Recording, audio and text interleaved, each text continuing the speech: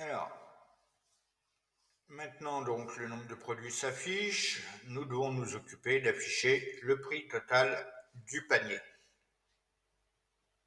Je retourne sur VS Code. Mais avant d'afficher le prix total du panier, nous devons d'abord le calculer. Je vais donc créer une fonction pour ça. Calcul du montant total du panier.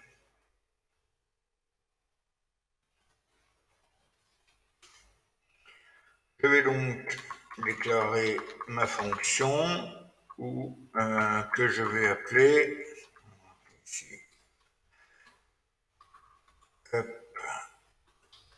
dette total cost, par exemple, mise à jour du prix total. Ici, c'est un peu la même chose. Je vais déclarer une variable let carte qui équivaut à 0. Et ici, je veux que pour chaque produit, on aille récupérer son prix plus sa quantité et qu'on l'ajoute au total du panier. Donc, on va utiliser une boucle, cette fois une boucle for each. Je vais dire que carte.for each, je vais lui mettre une fonction fléchée où je passe product en attribut.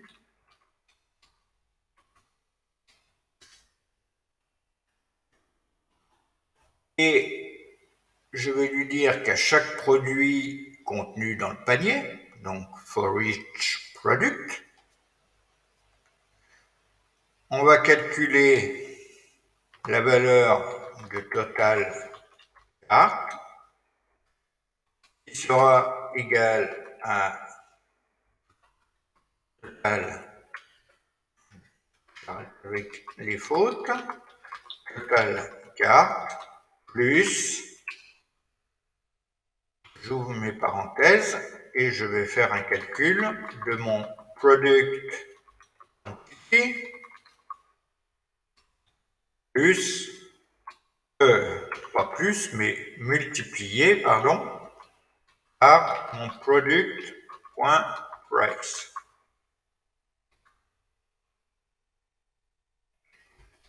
Une fois que j'ai fait mon calcul pour chaque produit de mon panier, je peux retourner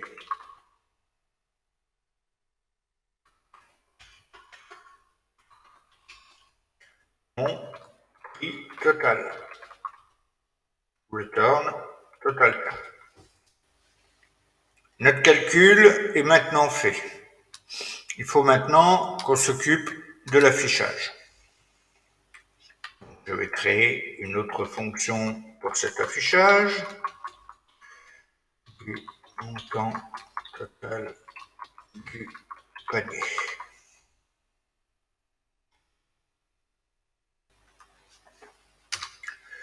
Pour afficher le prix total du panier, donc on crée une nouvelle fonction que je peux appeler par exemple display total carte.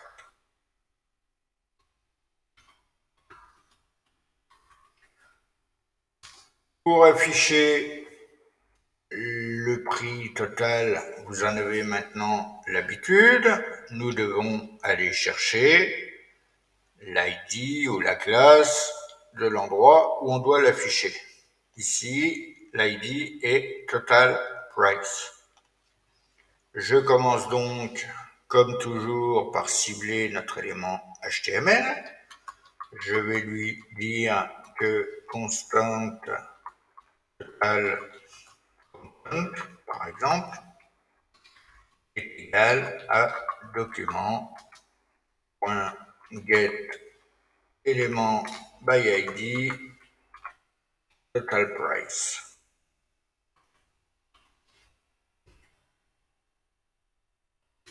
Et ensuite, je vais simplement faire un total content inner HTML plus égal.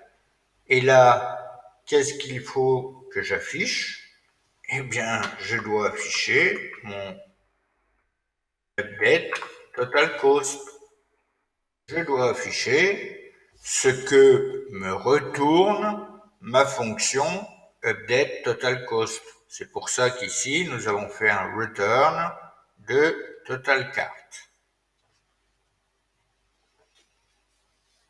Donc, nous appelons la fonction directement pour l'affichage de mon total content. Pour le moment, rien ne s'affiche. Et c'est bien normal, puisque, vous le savez maintenant, nous devons appeler la fonction display total cart pour qu'elle s'exécute. Alors, comme nous l'avons fait pour l'affichage de la quantité de produit, nous pouvons appeler cette fonction toujours dans ma condition de départ, c'est-à-dire si mon panier contient des produits. Sinon, ça ne sert à rien que mes fonctions s'exécutent. Donc, allons-y, appelons notre fonction display total cart et allons voir si nous n'avons pas d'erreur. Display total cart a un montant de 17 049 €. Cette fois, le prix total du panier s'affiche bien. Nous pouvons ajouter un produit au panier. Alors, ici, j'ai 8 articles pour 17 049 €. Je vais aller voir le canapé Twice, qui est à 1799, donc 1800. Je vais prendre ma couleur gray, ma quantité, j'ajoute au panier,